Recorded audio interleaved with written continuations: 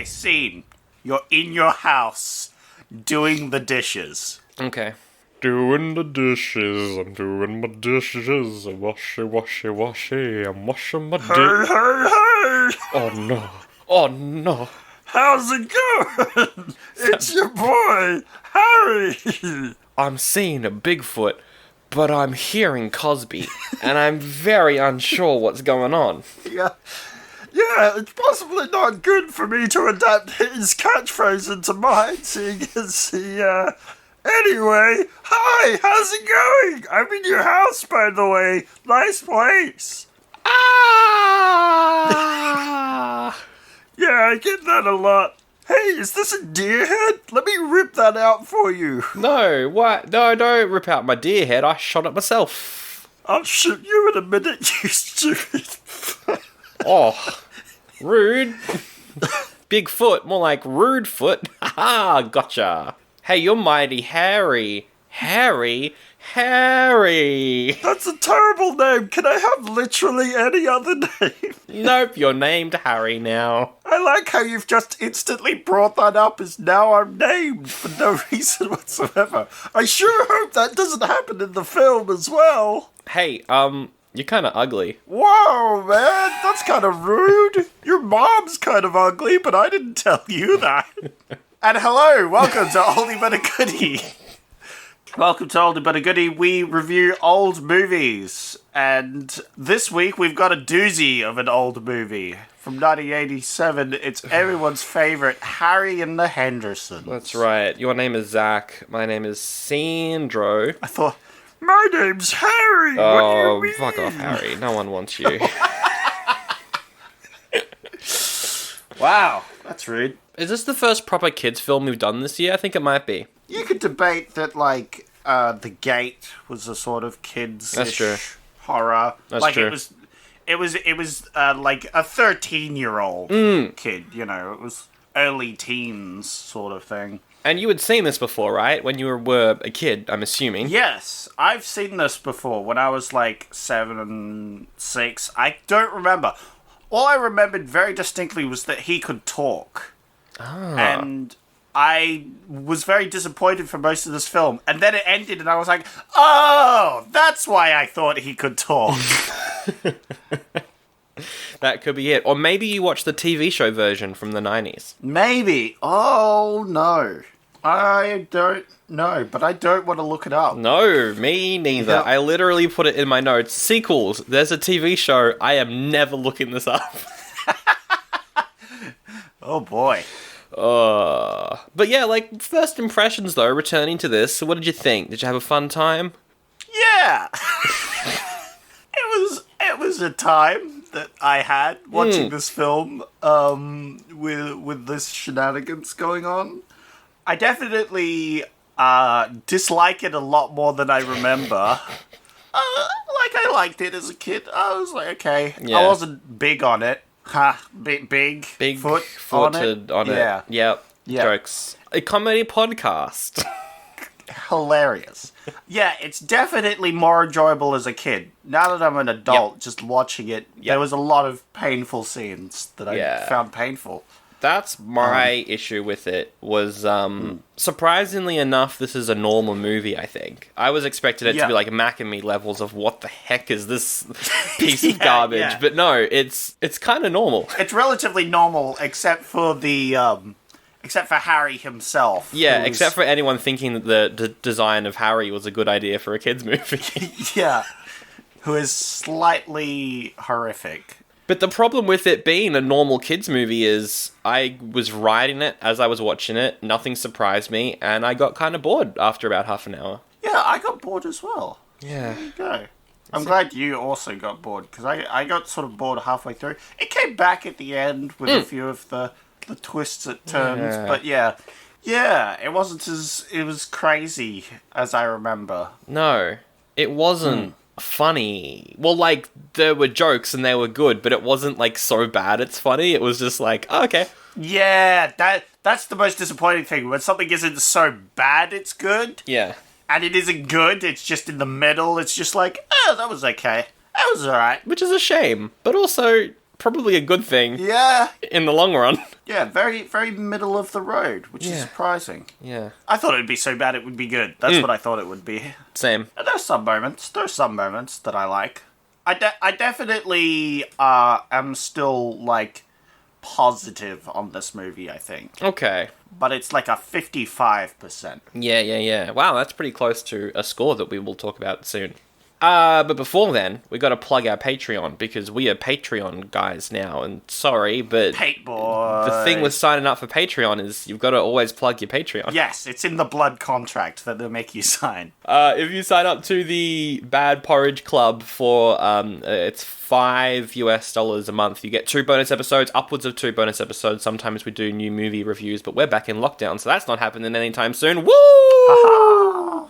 But this week, last week's bonus episode was American Ninja 2, The Confrontation, about a bad guy who brainwashes soldiers into becoming ninjas. We didn't watch the first one, we just watched the sequel, and our thoughts are up now on Patreon. Yeah, you could go check those out. It was a movie. I can guarantee that. Yeah, but for this week, though, how we do it is we look at all the films that came out during the week, and you pick one and you watch it. Your other options for this week, other films that were released for the first week of June in 1987, were these. There were some good ones, including Benji the Hunted, which was a live-action movie from Disney about a dog who's got to survive in the wilderness. And it looks wholesome and cute. Yeah, which now I kind of regret not picking, but it's a classic case of grass is greener, you know? Yeah. But also, we needed to watch Harry and the Hendersons. There's no way we weren't. Oh, he's got to protect some cougar kittens. Aww. Your other options were Cyclone. A woman must keep the ultimate motorcycle from falling into the wrong hands. I'm going to look that movie up right now and just see how ultimate this motorcycle is, because I don't know about you, but I'm doubting the ultimateness of the motorcycle. Is it just like a really fast motorcycle? It's it's like a RoboCop motorcycle. Okay. It's all chrome. Okay. I don't mean to question the validity of this movie, but is this like a technology thing where like someone's developed the ultimate motorcycle and they've got to keep it away from the baddies so they don't develop an equally fast one? Like just patent it, and then if it's super fast and other things, like just speed away. I kind of want to watch this. There are lasers coming out of the motorcycle. You also had The Untouchables, which I genuinely do want to watch, which is a group of special agents who have to take down Al Capone. And finally, Wolf's Hole, which was a Czechoslovakian movie about 11 teenagers who go to a skiing camp, but the camp supervisors are like, there were only meant to be 10 teenagers, so one of them is probably a murderer. Surely that's very easy to go, hey, this person wasn't invited, right? Maybe. Unless they're each individually sent there? Who knows? I don't know. You would think that there would be paperwork. You're right. Yeah, like any amount of paperwork with just their names of who's allowed to be there. And then boom, that solves this murder case. Send this boy to jail. That's true. Anyway. No, it still sounds kind of fun, though. Oh yeah, it sounds fun. I'm just saying, it also sounds very stupid. That's true. Which doesn't necessarily take away from said fun. Speaking of that concept of films, Harry and the Hendersons! It's me! This is what I remembered his voice being, but he didn't actually speak. No. Until, spoilers, the very end. Alright, this was released June 5th. It's co-written, co-produced, and directed by William Deere, who also directed 1994's Angels in the Outfield, which is one of the better baseball movies of all time. He also did this movie called Santa Who, which is about Leslie Nielsen as Santa. I'm already on board just from that casting. He's got to figure out who he is after he gets amnesia. What? Santa. Wait. With amnesia. And so, presumably, he's Santa, right? But he has... oh my god. That is very silly. I rather love that. Does he do the Santa thing where he just starts growing fatter around December for no reason? I don't know. I would assume that if he is already Santa, that it doesn't follow Santa Claus rules. It's just like there is a Santa. All he wants for Christmas is his memory back. Wow. Well, that's kind of dark. For the cast of this movie, we'll start with Harry. Let's start with Harry. The guy in the Bigfoot suit is called Kevin Peter Hall, who is also the guy in the suit for Predator. Nice! Good on him. Yeah, same guy. Equally as horrifying. Yeah. He was in a sitcom called Misfits of Science, which was a Courtney Cox superhero show before she was cast in Friends. So he does do some out-of-character suit work, so that's cool. For the puppeteering, lead puppeteer is Rick Baker, who has worked on American Werewolf in London, he worked on The Exorcist, he worked on Tron, Men in Black, Gremlins, and the first Star Wars as well. The voice for Harry is Fred Newman, who's done voices with the Muppets. I think he voiced some Gremlins, and also was in Grand Theft Auto 2, so that's a thing. Oh, good on him. Yeah. The voice, where he had one line. How much was he paid for that, I wonder? Oh, there was some, like... So he did all the screaming? He probably did the screaming, he probably did the laughing. Then he had tons of work. Yeah, sorry, I didn't even think, yes. Because when you say, like, the voice, you know, I think of when he actually spoke. I didn't think of when he screamed like a police siren. Yes. We'll get there. For the humans, we've got John Lithgow playing Daddy Henderson. Ooh, Daddy Henderson. He's good. He's in heaps of stuff, so I'll only mention the films we've reviewed that he's been in, and that is just Footloose and The Adventures of Buckaroo Banzai Across the Eighth Dimension. Did I just want to say that title of the film again? Yes, I did. Yes. That's why I brought it up. Correct. But he's a great actor. He is. I feel like everything he's in, he's very animated. His like frown yes. is very iconic. He's incredible in this, though. Like, he's really good. He brings it. Yeah. Mummy Henderson is played by Melinda Dillon, who was in Close Encounters of the Third Kind. Good movie. She's in that. Ah. The kids aren't in anything else. I couldn't find anything about the kids, so we'll move on to Jacques Lafleur, who is the hunter. I honestly didn't realize he was meant to be like a bad French. I said, I know he had an accent, but I didn't realize how to the very end where he went, sac de bleu. And I was like, oh, right. He's a French, right. Okay, that's the accent. Right, got it. So he did such a good job in the role of Jacques Lafleur, this guy called David Suchet, that he went on to play Poirot for 3 decades. Wow. And finally, we've got M. Elliot Walsh playing Daddy Henderson's daddy. Daddy. Oh. We saw him last year in Missing in Action, that Chuck Norris film that we did. I was surprised he didn't get a third scene where he, like, apologizes to his son for, you know, doing all these things. Nope, he's just a piece of shit dad. Yes.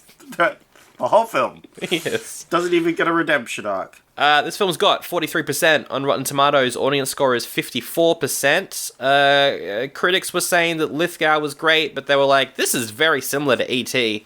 Yeah, it does give off big E.T. vibes. It won an Oscar for Best Makeup, though. Yeah, I mean, the effects are pretty good. Yeah. It also cost $10 million. It's time for you to guess how much it made in the American box office.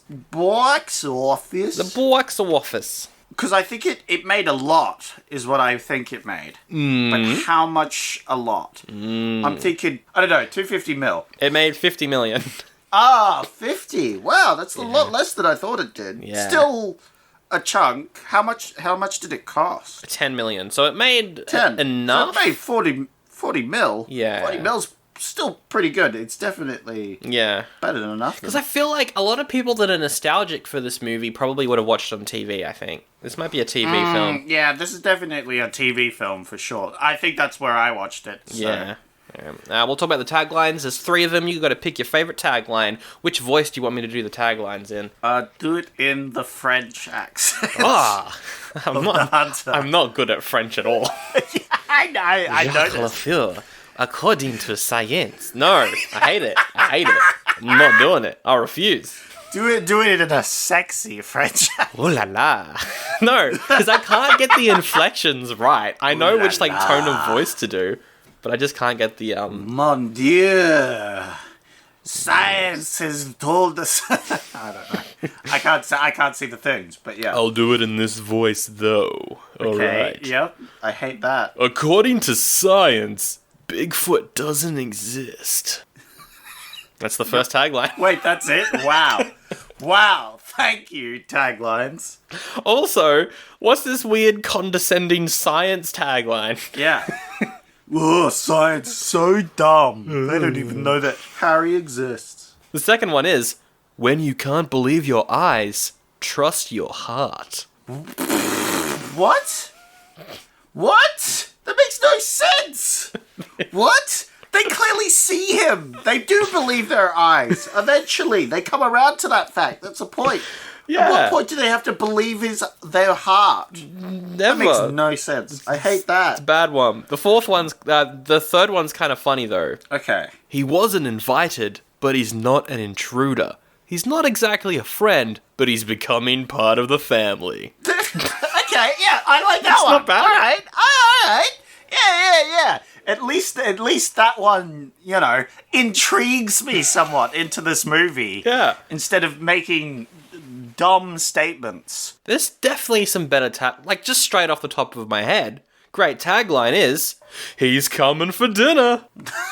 Yeah. Well, yeah, let's jump into the synopsis then. So, starting us off, I've got to set the scene for everyone. We're in a lovely, serene forest, and there's trees, there's birds chirping, there's sunlight glistening through the treetop branches, rays of sunlight down. There's loads of little animals scuttering along the forest floor. Then we hear as a large creature plods its way through the forest. We see these people going back to what appears to be their campsite. Yes. Then it cuts to... And then we get to the campsite and we see this girl. She turns around. She screams!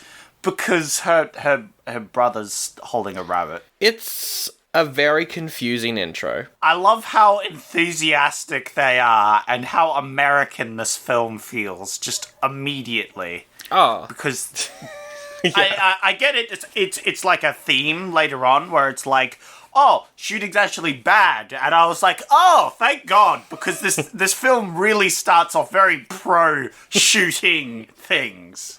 As it has this kid like, I got my first blood! Yep. My first kill! I've got a taste for it! I can't wait to murder more animals and eventually build my way up to humans! Am I right, everybody? And I was like, okay. That kid has, like, the strongest, 180 I've ever seen in a movie. Where he goes from, I'm gonna kill everything, to, I love animals! Yeah, well, yeah, that's... First off, it's full-on child acting, and I hate it so much. It's pretty bad, to be honest. It's awful. I hate it. Because he has that stupid child nasally voice, and all his lines are super stupid. Yeah. I liked the one where they're in the car and the sister's like, I'm feeling sick because of all the rabbits. And he says, pull over, Dad, she's gonna launch. Laughed at that. Oh, yeah, he says this line, which I absolutely hate, and it is, back off, Sarah. It was him or me. About the rabbit. Oh, yes. And I was like, no, it wasn't. That's such a dumb line. Thankfully, the movie's quite anti-hunting for fun, which is good. Yeah, it starts off very pro to establish that these characters are very pro. Yeah. And then it's revealed, hey, Harry doesn't like you murdering creatures. He's a gentle giant. He's a vegetarian, that sort of thing. And then they learn not to, shoot things. And it's whole, the whole thing is everyone wants to shoot Bigfoot. And they're all like rabid animals, that sort of thing. It's very anti-shooting. Yeah. Which I thought was good. I was like, oh, that's good, Yeah. No, it's not bad. Look, it's a very over-the-top intro. And, straight away, they drive into Harry as well. They're going back from camp, and then they just go crash into Harry. There is the opening credits. Oh, yeah. We see a lot of scenery, and a lot of animals just nearly getting run over, which I thought was very funny. That this guy's just speeding. He speeds through the wilderness, literally just misses a deer, and after that still doesn't slow down. His wife tells him to slow down, and he doesn't. He literally doesn't put on sunglasses, even though the glare is blinding. We see that. And there's animals. It's like he's like perfectly set himself out to hit something. Yeah, definitely. And it is 100% his own fault. And I feel like his car getting wrecked isn't enough punishment. For that sort of reckless driving. Yeah, well, driving, it is the 80s, though. Like, back then, you didn't need a seatbelt. You can drink and drive. It's not as bad as it is now. What do you mean, as bad as it is now? Oh, it's... No, it's still pretty terrible. He almost kills a dude. Yeah. Oh, it isn't bad as it was back then. It's so bad nowadays. You can't do anything fun in the car anymore. It's all illegal. I can't even do drugs and...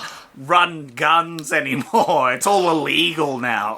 It's so boring. PC gone mad, I tell you what. I like their conversation they have where they talk about his gun and how the dad corrects them that it's a rifle, not a gun. Rifle, not a gun, yeah. But then the mum correctly points out that if it shoots, it's a gun. And I agree with her. It's a gun. You don't need to specify it's a rifle. Exactly. It's a type of gun. Anyway, they hit Harry. Harry's walking across the road and they hit Harry. And the dad's like, ooh, what's this? And he grabs his rifle. He goes up and inspects everything. The kid's in the backseat being like, it's dead. You can still shoot it though. Yeah. Which is honestly, I'm not sure why he doesn't shoot it, seeing as he's so gung-ho at the start. Well, because at first I think it's a bear. Yeah. Right? Which you would shoot. You would shoot if it was a bear. 100% you would. Yeah, like, especially you don't want to approach it that close. I feel like he should have been mauled as well. And I'm very disappointed with the amount of backlash this dad doesn't get for his stupid decisions. Then the dad notices that it has, like, fingers, and then he's like, oh my god! It's gonna kill her, then it's gonna kill me! It's gonna kill me! But yeah. I don't know why I didn't think it was a gorilla at first. Yeah, that's one thing that I was surprised at. I wrote that down as well. I was like, he sees the human-ish hand, but the sort of skin on it is like gorilla skin. So I don't know why he's not like, it's a gorilla, because we don't see Harry's face at this point. Yeah, and the mum clearly states beforehand that it could be a gorilla. Yeah. So I don't know why he doesn't presume, but then I guess it's too big to be a gorilla. I guess so. So they all come over to have a look. The kid's yeah, you've got the same part. Go on. Holy shit! That's a fucking huge brain! He's motherfucking huge! Oh, sorry for swearing! The dad's like, it's okay, I was looking for the right words, you're right, this thing is an ugly bastard. Chick. Yep. Bang. And they kill Harry, that's it. That's the end of the movie. Bit short. So he's going to sell it to a museum or something because he thinks Harry's dead. So they tie it to the roof of the car. Classic stuff where you tie a giant thing that you haven't even shot yet. Like if you're gonna do this, potentially endanger your family, I'm definitely putting a bullet in its skull. Okay. Look. I've already think it's dead, right? I'm just double making sure, you know? Yeah. This dad is very stupid, is what I'm saying. Oh, he is. There's that classic thing where Harry wakes up and roars into the window and they're like, ah! So they slam on the brake and then he flies off and gets knocked unconscious again. Yeah. How does the dad miss the fact that this thing's alive twice? He messed up once, which is shame on me. Second time, shame on the dad. Yeah. Well, does he think that there's no pulse, or does he think that it's not breathing? What does he check? He checks one of them. I can't remember which it is. He checks both. Okay. Breathing and a pulse. And still messes it up. Yes, he says he's cold as dirt. He's not breathing. He has no pulse. Well, he clearly missed the pulse. Obviously, he's still breathing. So, well, I cannot believe this dad is really bad at identifying if something is dead or not. Especially seeing as he's meant to be a hunter. Yeah. He's meant to be hunted all his life. He literally works for his dad, who runs this hunting lodge. Yeah. This gun shop sort of thing. They tie Harry back up to the top of the car and they go home, and they all head to sleep. Classic. You head home, you're like, oh man, so tired. Let's leave this decomposing corpse on top of our car and go to bed. Exactly. Yeah. Daddy wakes up. That's what I'm calling him. Yep, he Daddy. wakes up in the middle of the night and hears some rumbling in the kitchen. So he goes and investigates, and Harry ain't dead. Harry drinking milk. Harry like the milk, Daddy. Then he panics. Harry panics. Everyone else comes in. Yes. And the mum's solution to the situation is to pull out some aerosol, some lovely smelling spray. Yes. Because Harry stinks. Yep. But Harry also likes the smell of the spray. I guess. It's a weird scene because it goes from scary giant thing in the kitchen screaming at everyone to smelling some lovely scents. Yeah, and also Harry chases the dad. Yeah. I don't know why. I don't know. Maybe Harry was panicking. We don't ever know Harry's intentions, ever. No. But in this, it seems very weird because he, grabs the dad as well. So what does he intend to do? He's a gentle giant. We know that, right? So what is he just, mad at him, I guess? When does he... Because there's points as well... He does run him over twice. Yeah, he did run him over. That's true. There are points when Harry gets, a goofy face as well. Was that in this? I feel like he puts on a goofy face at some point in this scene. He does put on a goofy face when the spray happens, because he's like, ooh, spray.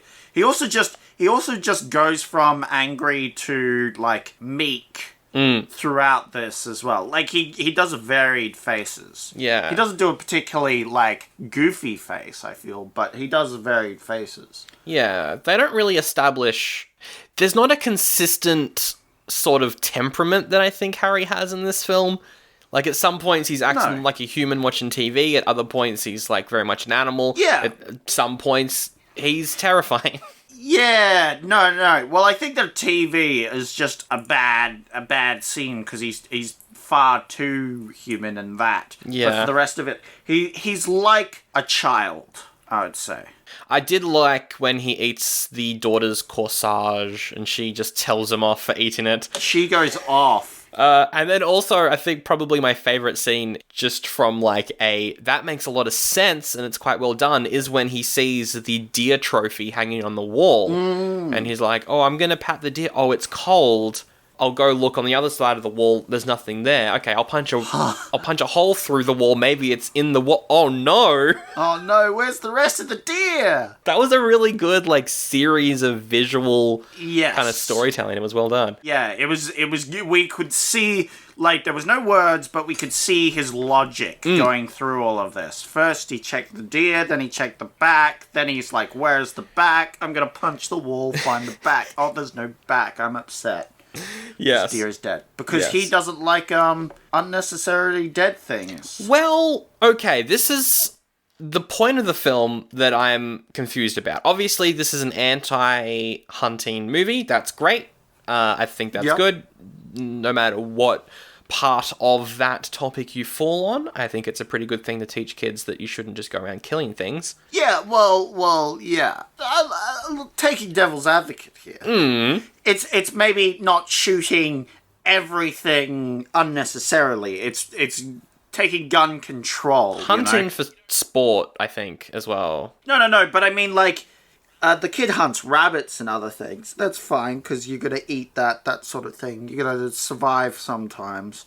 But the point is that Bigfoot himself is displayed as a horrible creature, but is actually a really nice one. So you should go, jumping at the first thing to gun. You should learn about things, do your research, that sort of thing. And then you can shoot Bigfoot. The part that confused me, though, is the vegetarian aspect of this movie. Because that's almost, well, like, it's the 80s, so it's used as a joke. But he also eats fish. And I'm like, okay. Yeah, he's pescatarian, actually. And they don't say that during the film because it was coined in the early 1990s.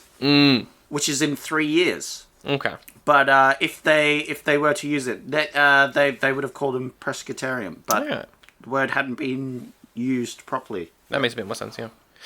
So Daddy's got the gun, got the rifle aimed at Harry's head, point blank, going to pull the trigger. But then he sees Harry, bit sad. Yeah, he's like, "Oh, don't shoot me, man. I'm just kind of sad about all these animals that are dead. You fucking murderer."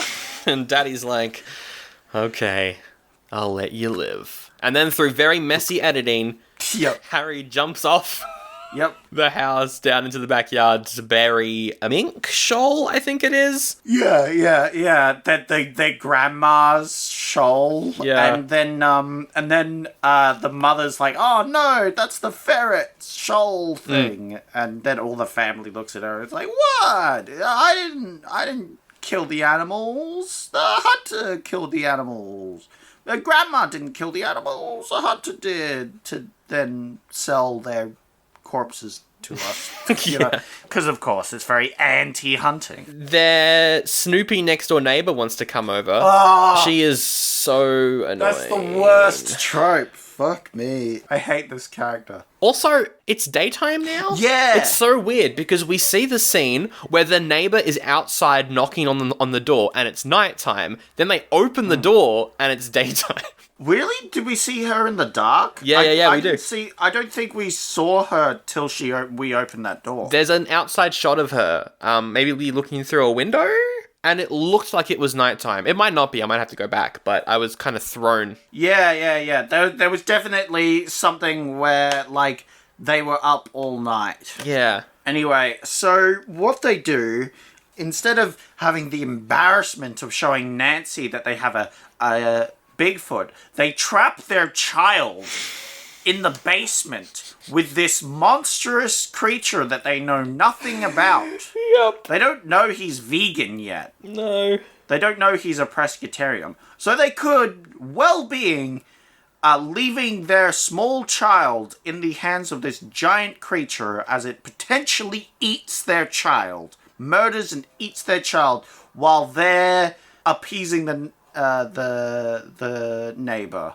And I wrote down, if the child had died, I would have rated this a goodie of a movie, and it would have been the best. But I know it doesn't. I did like the moment though when Harry's like pushing up the floor, so John Lithgow's kind of like going up and down and up and down. Yes, and so then he starts doing like squats. Yeah.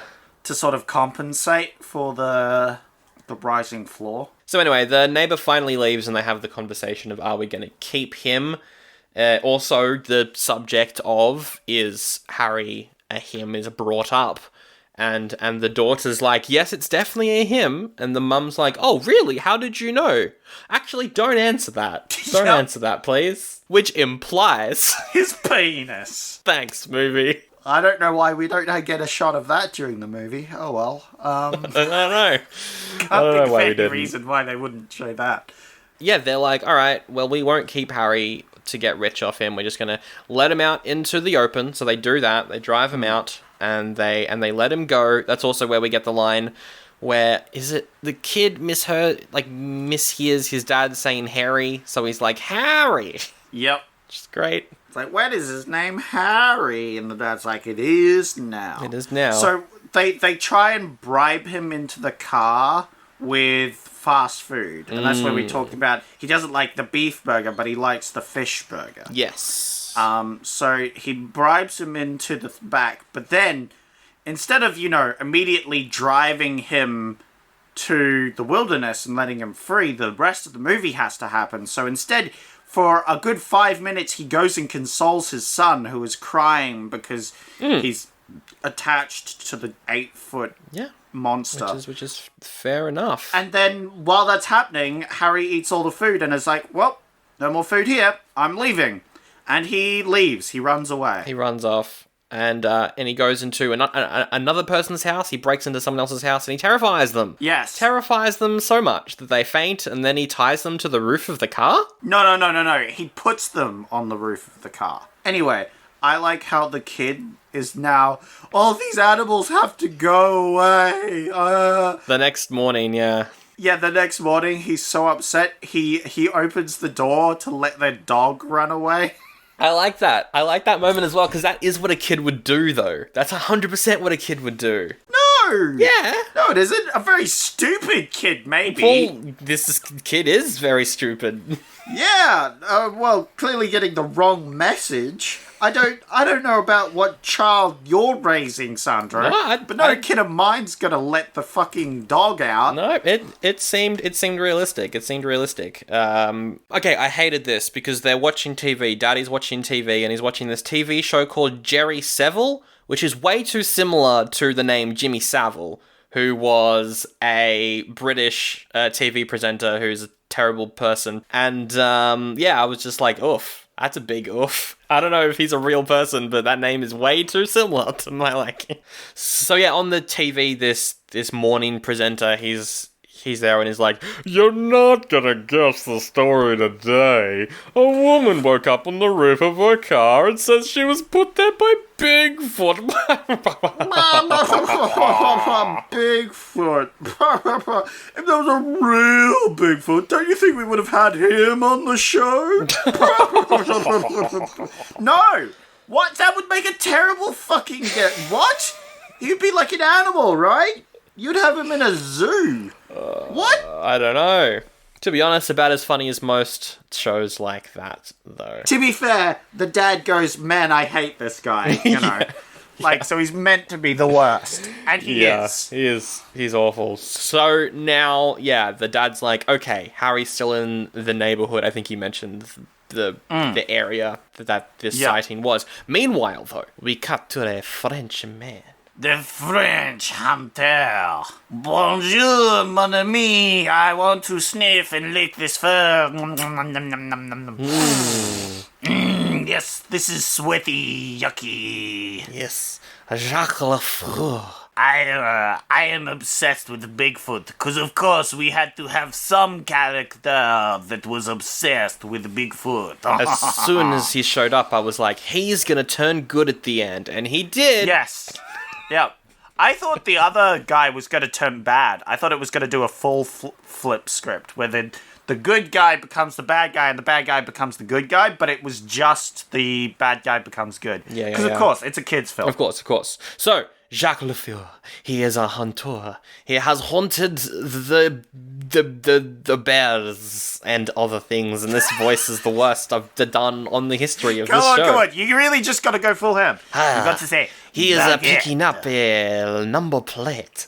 This is Italian? I don't know. Number plate. And he's like, oh, number plate, this leads to this area. So he goes to the place where the number plate is, and it's the mum. He talks to the mum, and the mum's like, oh, da-da-ba-ba-doop. So he's like, all right, I'm going to go by direct quote. What did you say? Direct quote. It goes all like Peanuts, where the mum it's just like a musical instrument. She's like, wah, wah, wah, wah, wah, wah, wah. It's a very weird scene. Oh, right. Yeah, I do remember that. I very vividly remember it. Some would say it's the only part of the movie I remember correctly. Yep. Okay. Sure. Yeah. No. They have a talk, and he's like, "Oh, one part of the roadkill, whatever," and she's like, "Oh, yeah, we did hit something," and he's like, "Oh, did it get away? Did it?" And she's like, "Yep, it walked away, so we don't know what happened to it." And then he's like, "It walked, did it?" And then she's like, crawled or hopped or whatever. We didn't see it. It went away. Anyway, bye. So she slams the door on him. He goes to the gun store to get some ammo. The gun store just happens to be where Daddy works. Yes. And then we have this exposition where the dad...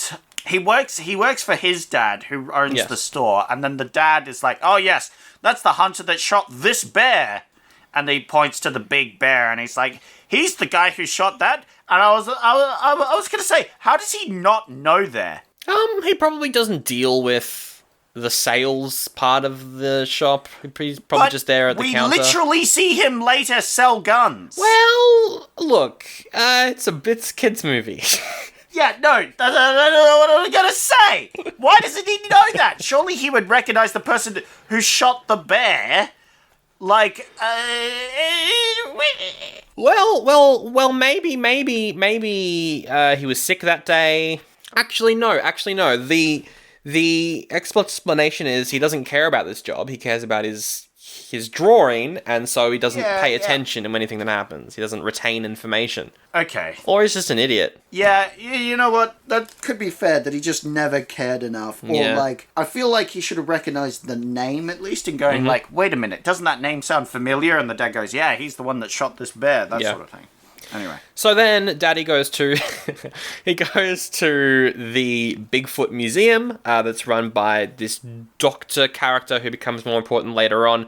Nothing really happens in this scene. It's just there to introduce this character for later. So he goes to the place. He has to buy some stuff to keep talking to the guy. But it was really dumb because the first scene happens where they get through everything he needs to talk about. Yes. And then the guy's like, you better leave or are you going to buy something? Oh, yes. And then the next scene, we see him purchased all this stuff. And then leave. And then leave. But we didn't see him talk anymore with him.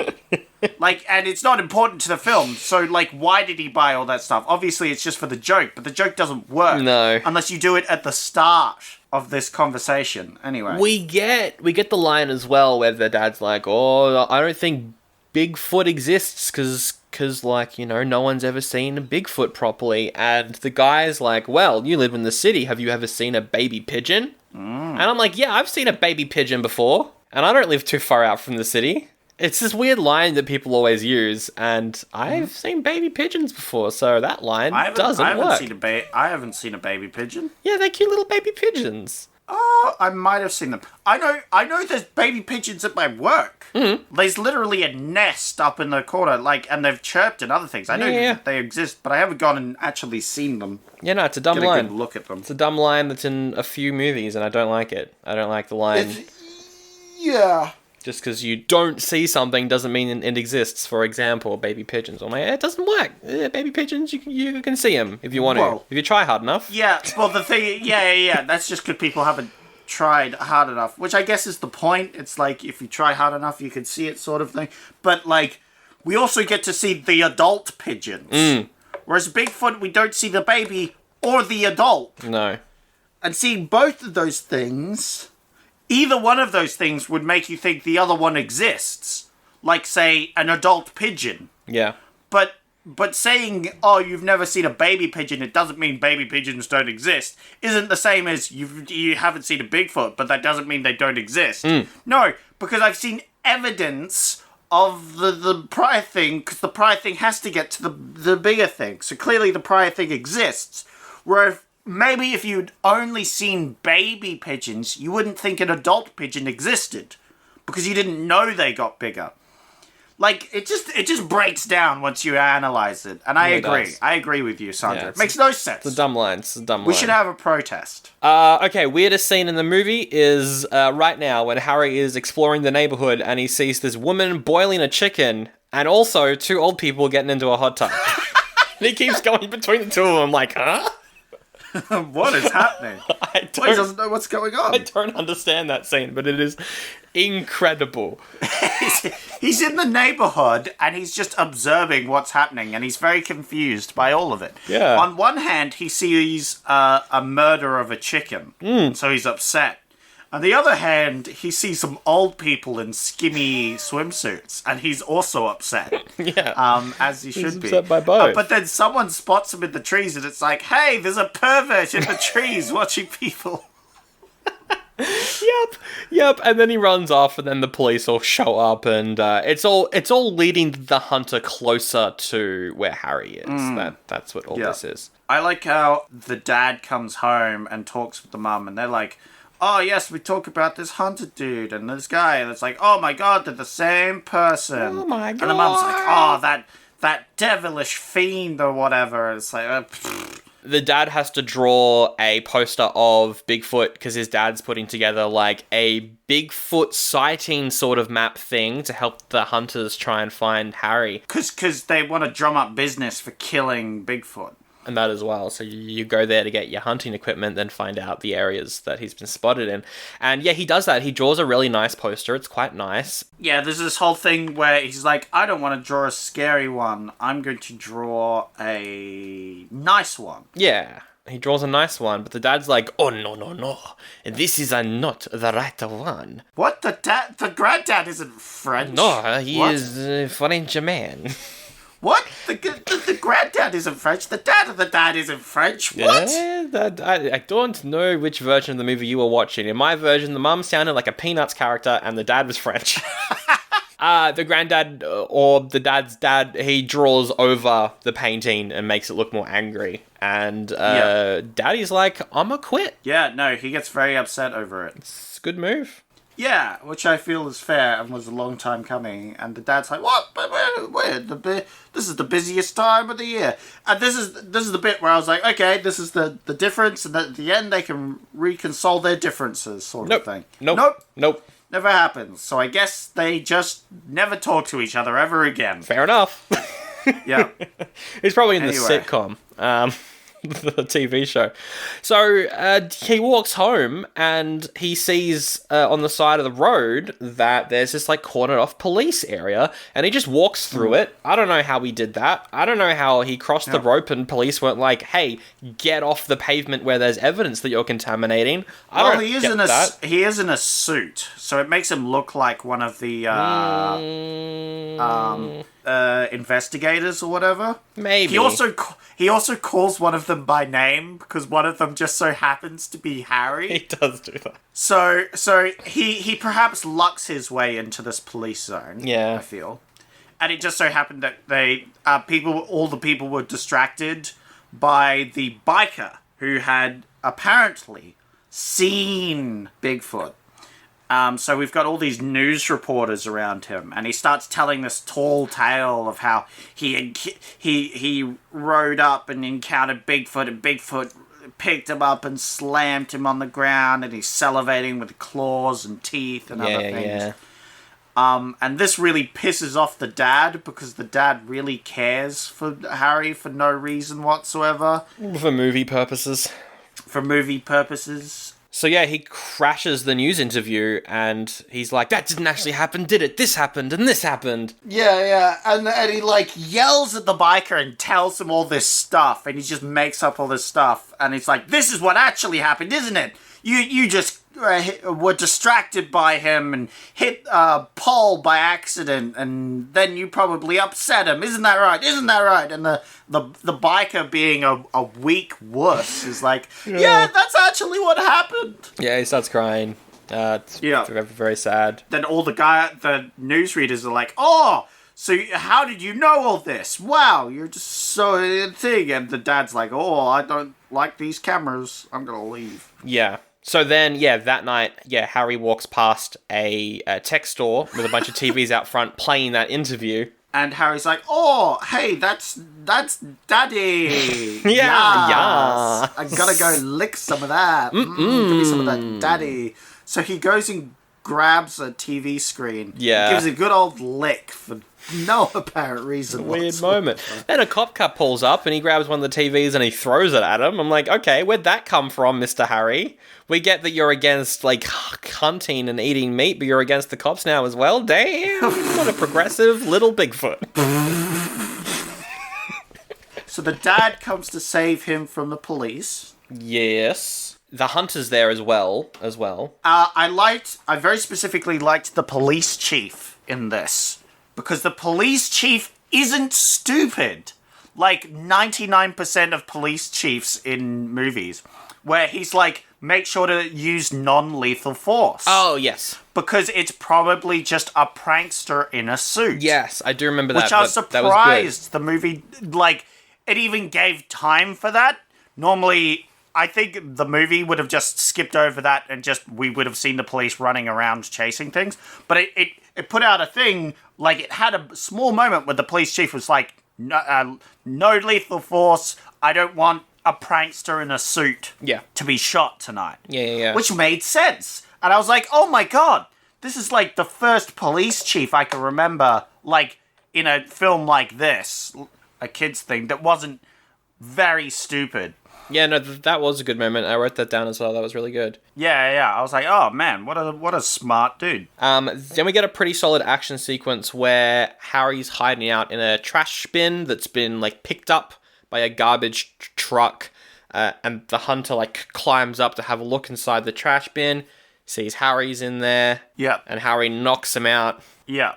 Tries to shoot Harry multiple times as the dad drives the truck away. Yeah, the dad then jumps into the truck and drives it around while they're both still fighting inside of the bin. It was a good moment. Although I didn't love the moment where Harry looks into the gun.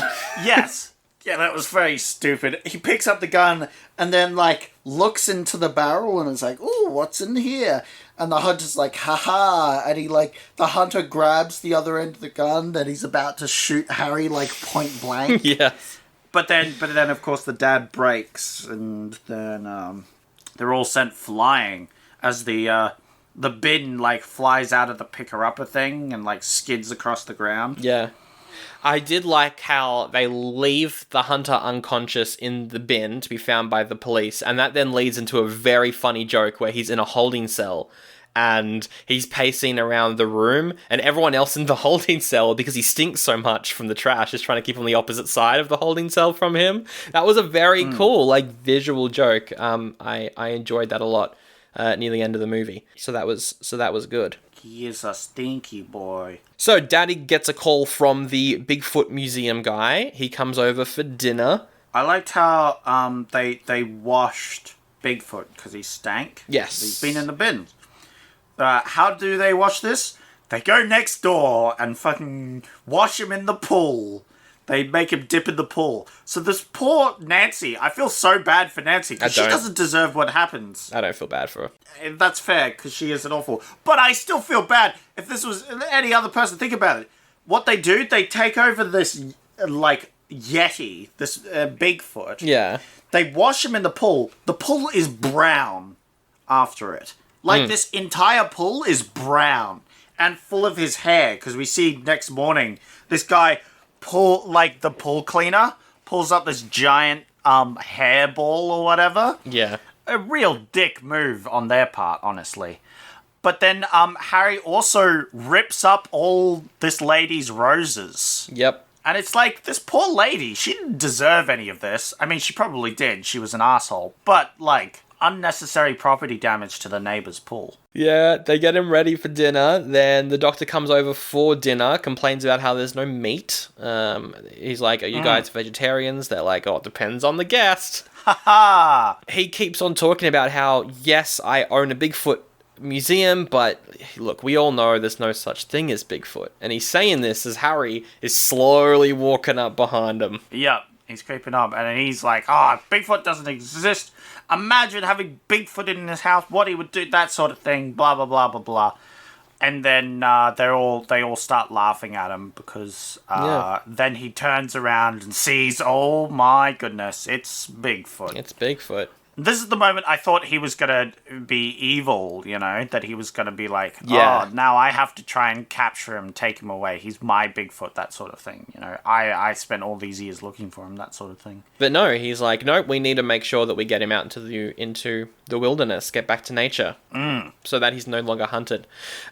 He stays over, he sleeps over the night, which was good. We get a very annoying scene where Nancy, the neighbor, is unnecessarily racist to her Asian gardener. Yeah.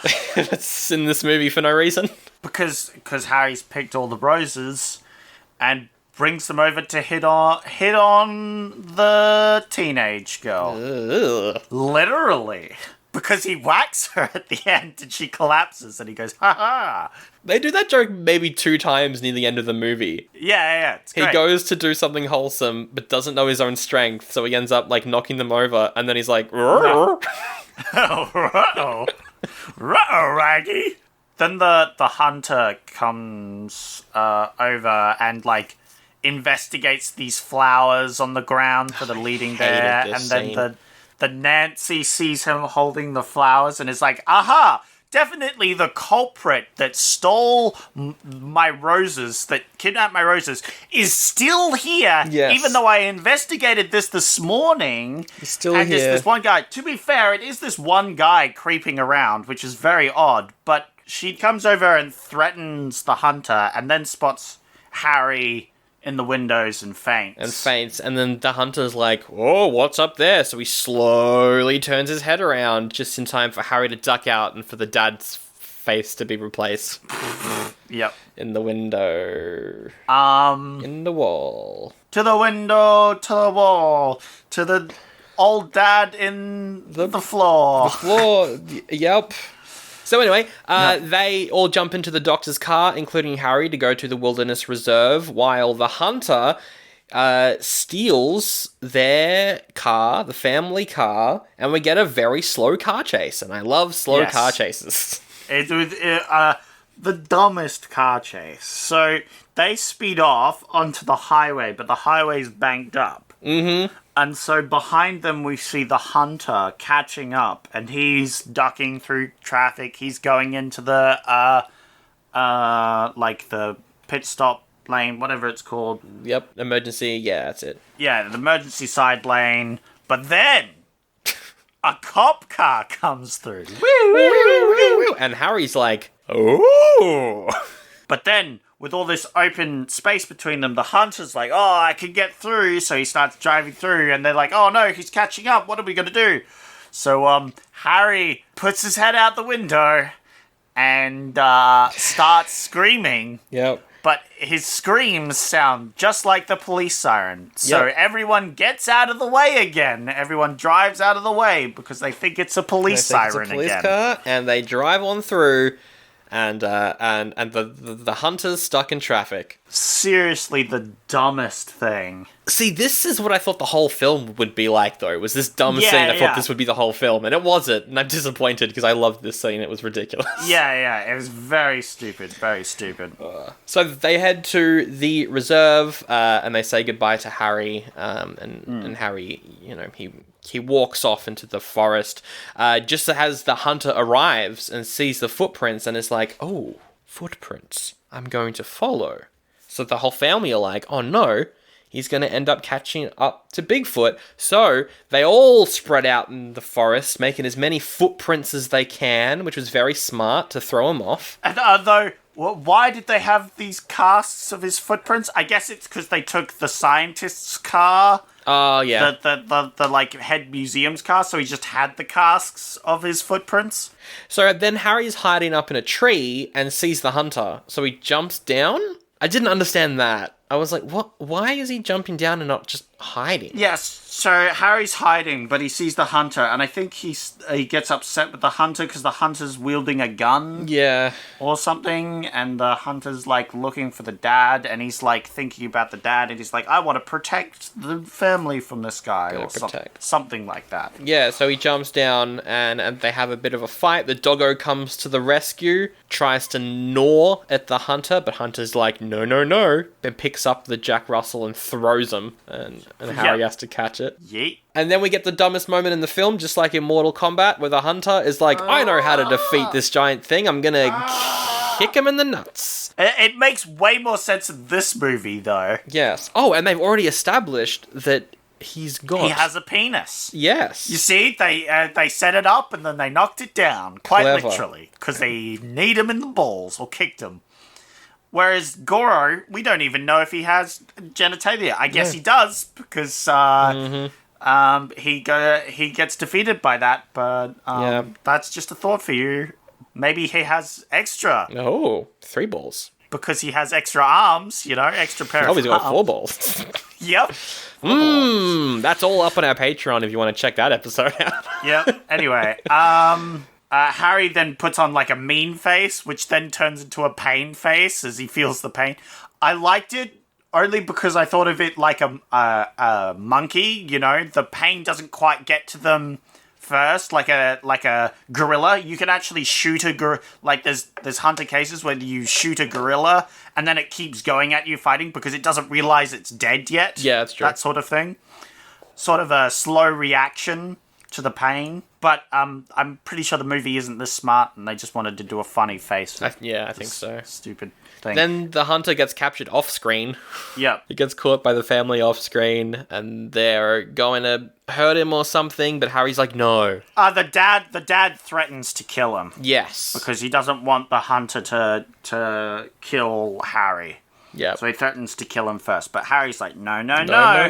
No murdering for anyone. And he starts patting the hunter like a dog. Yep. So graciously, so tenderly, that the hunter's like, oh, I'm sad. And he turns good. The hunter turns good. Yep. There's a hug, there's a handshake. They hug it, they handshake, they're like, hey, we're friends now, you saved my life. Immediately called that moment. Yeah. From the beginning of the film, because that was obviously always going to happen. Well, I thought the scientist guy, the museum guy, was going to turn evil, but nope.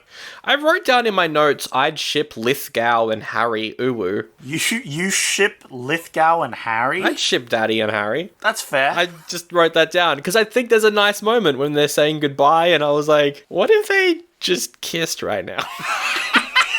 You idiot. I hate you said that. Harry says, because the dad says, you be safe, you stay hidden, that sort of thing, you know.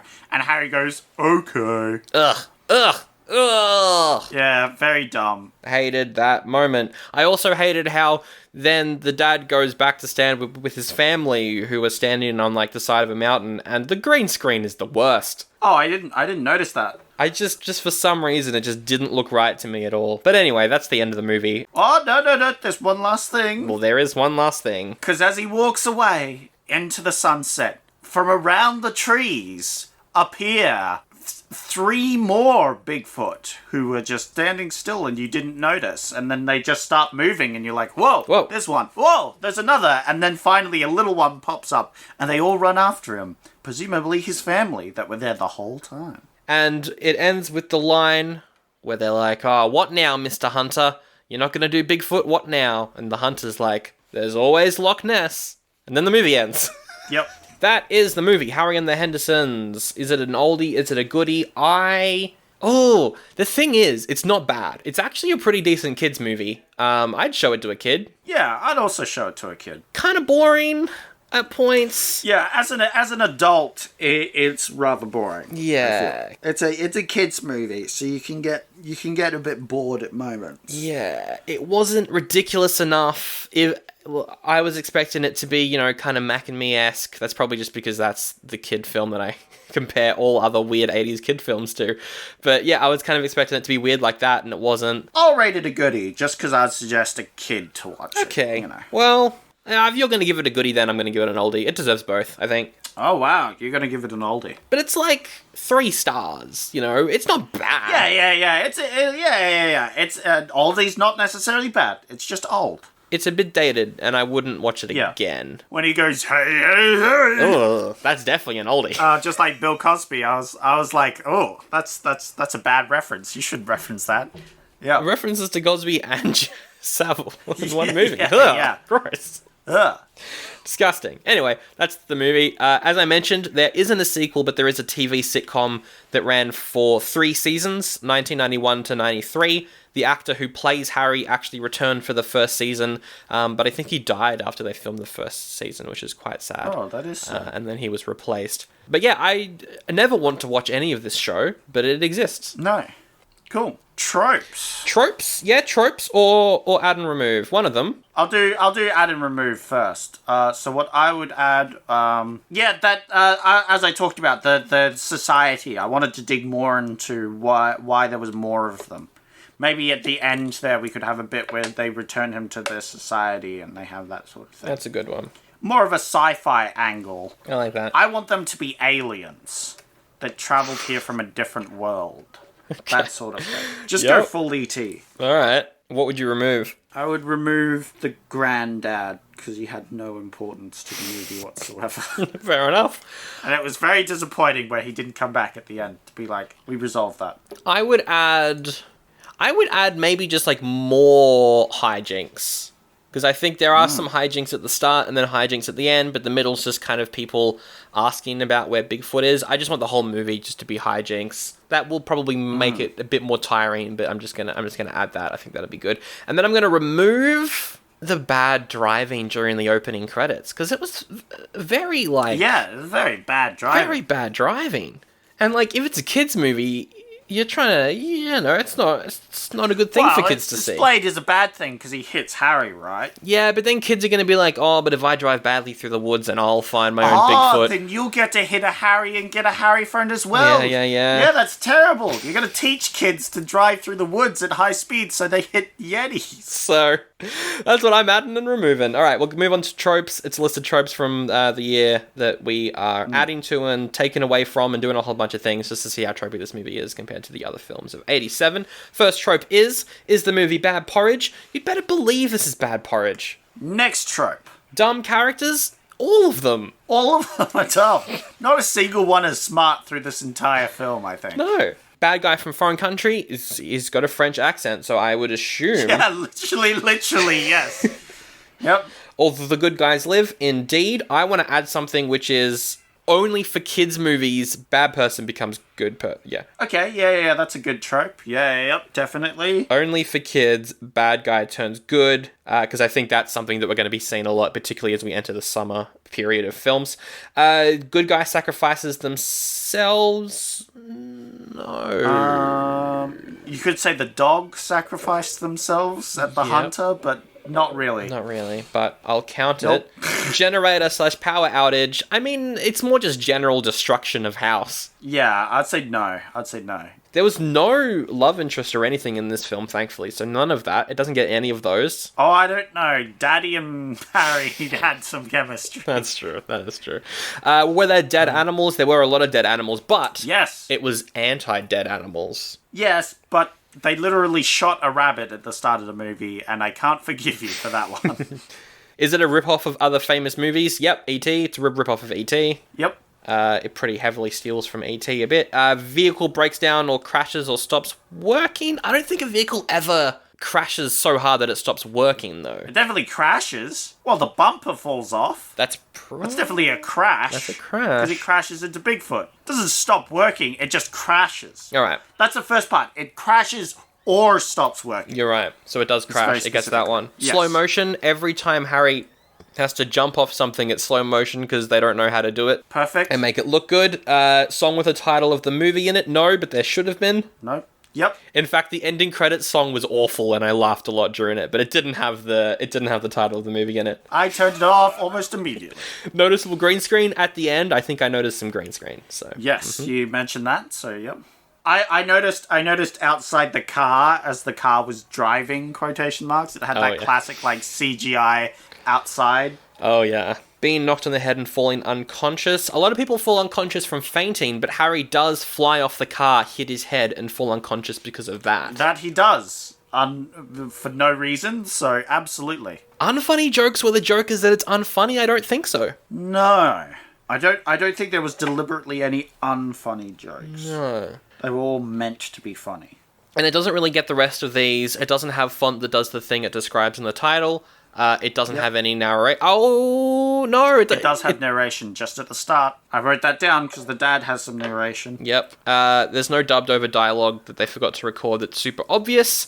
It doesn't end with a freeze frame, and it doesn't have spooky, scary graffiti, although I think that should just be for horror. I don't know why that's in the general section.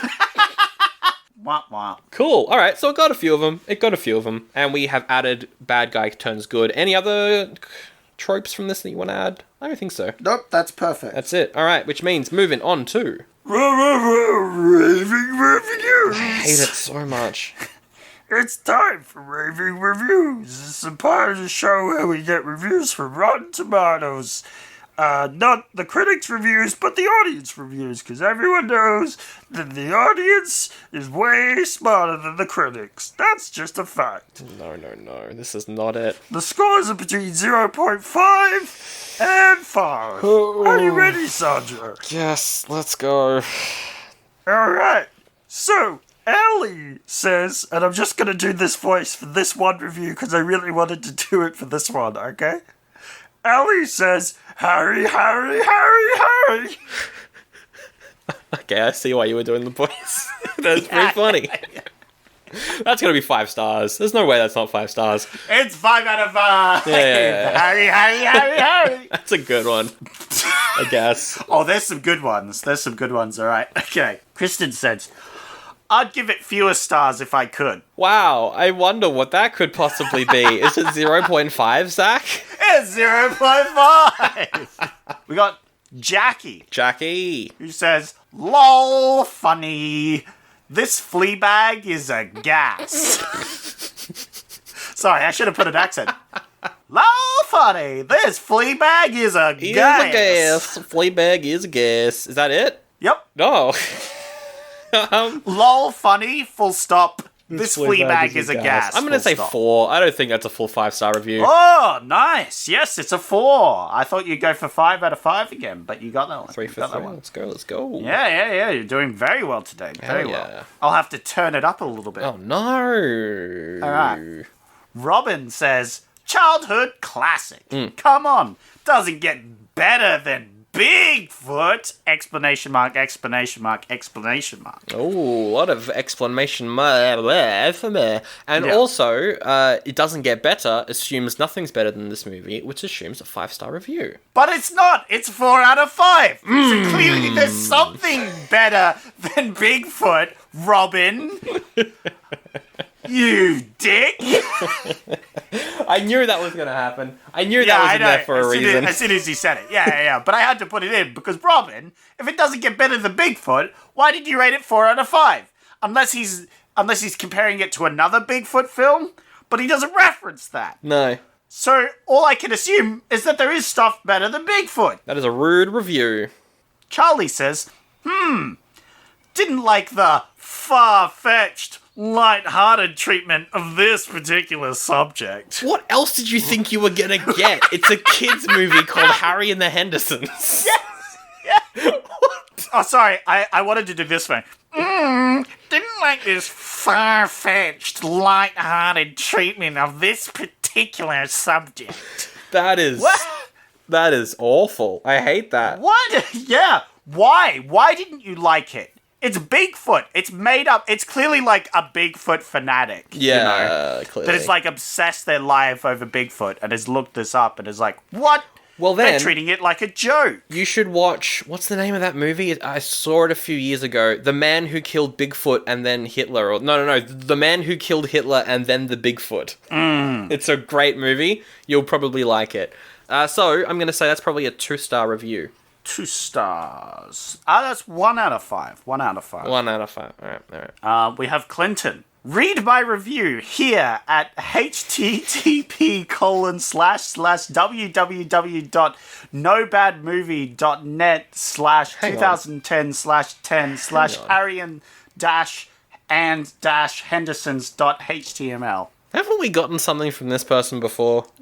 Nope. Okay. But we've definitely had someone else put their link to their review before. Well, check out that review if you want. I'm going to say it's 3 stars. It's 3 stars! Well done!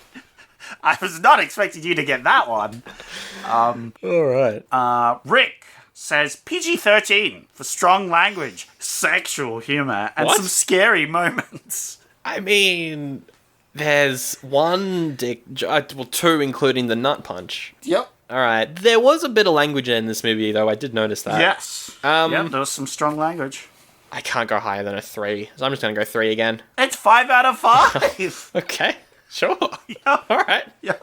I don't know why Rick just put the PG rating and explaining it. Now I have to go to my second favorite review.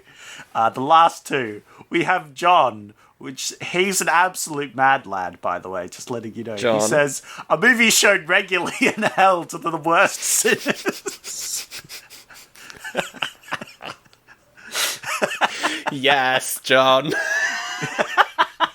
Absolute savage, this John. That's 0.5. It's 0.5. What an absolute savage. I've got 5 points. I don't think I've ever gotten higher than 5. So let's see if we can get this last one. And we got the final one. The final one. No. Ooh, you're going to love this one. Alex says, easily one of the best films I've ever seen. The rating was by accident. Nate is watching me as I type this. What could this be then? 1 star? 0.5? Is it 2? Is it just 3? Is it something in the middle? It's not 5 out of 5. No, because the rating was by accident. The rating's by accident. It's going to be... Nate's watching me as I type this. Nate, why didn't you fix the rating? What are you doing, Nate? You one job. All right. I'm going to go 1. It's 1 out of 5. Hey! You got it again. I cannot believe it. Well, because I was like, what does it default to? I don't think it defaults to a particular rating. But it's going to be in the lower section, but I feel like it's more effort to put 1.5 than 1. So 1, low effort 1. Anyway, well, that's the episode. There we go. Wow. Harry and the Hendersons. We were looking forward to this one, and we just did it. So there we go. Yeah. Not as crazy as I was hoping, but all right. It was fine. Good kids film. And I think it's a good way to kind of ease ourselves into the big blockbusters, which we're probably going to be getting into pretty soon. Speaking of. I'll, you've got my options for next week, but we'll do that in a second, because first I do have to let everyone know, Patreon is a thing. If you want to help keep the lights on for the show, you can go to the link in our episode description to our Patreon, sign up there, or just patreon.com/Oldie But a Goodie Pod. Most recent bonus episode is on American Ninja 2, The Confrontation, which was an alternate option from a few weeks ago about brainwashing ninjas. So a lot of fun. That's up there. Also, we're on Facebook, we're on Instagram, we've got a YouTube channel, we're on all the podcast platforms, link in the episode description. And I've got to pick next week's episode because that's how this show works. So, your choices. Yep. We have The Believers. Martin Sheen helps the police to investigate a bizarre cult-like murder. Ooh, I like cult-like murders. Yeah, The Believers. Yeah, that sounds alright. could be right. We have $1 Million Mystery. Yeah. A chili eater dies uttering a clue to find 4 million. People then go looking for it. Oh. I don't know why it isn't $1 million. It's specifically 4 million, but it's called $1 million.